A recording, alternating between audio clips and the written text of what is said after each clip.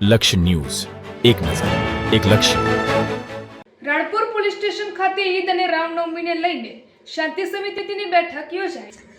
Ranpur police station ખાતે ઈદ અને રામનવમીને લઈને શાંતિ સમિતિની બેઠક યોજાઈ. બોટાદ જિલ્લાના રાણપુર પોલીસ સ્ટેશન ખાતે આગામી દિવસોમાં ઉજવાતા તહેવારો જેમ કે ઈદ અને રામનવમીને ધ્યાનમાં રાખી શાંતિ સમિતિની મહત્વપૂર્ણ બેઠક યોજાઈ હતી.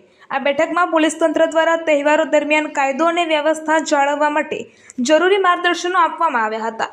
આ બેઠકમાં પોલીસ અધિકારીઓએ તમામ સમાજના આગેવાનોને શાંતિપૂર્ણ અને સૌહાર્દપૂર્ણ વાતાવરણમાં તહેવારો ઉજવવા અપીલ કરી હતી.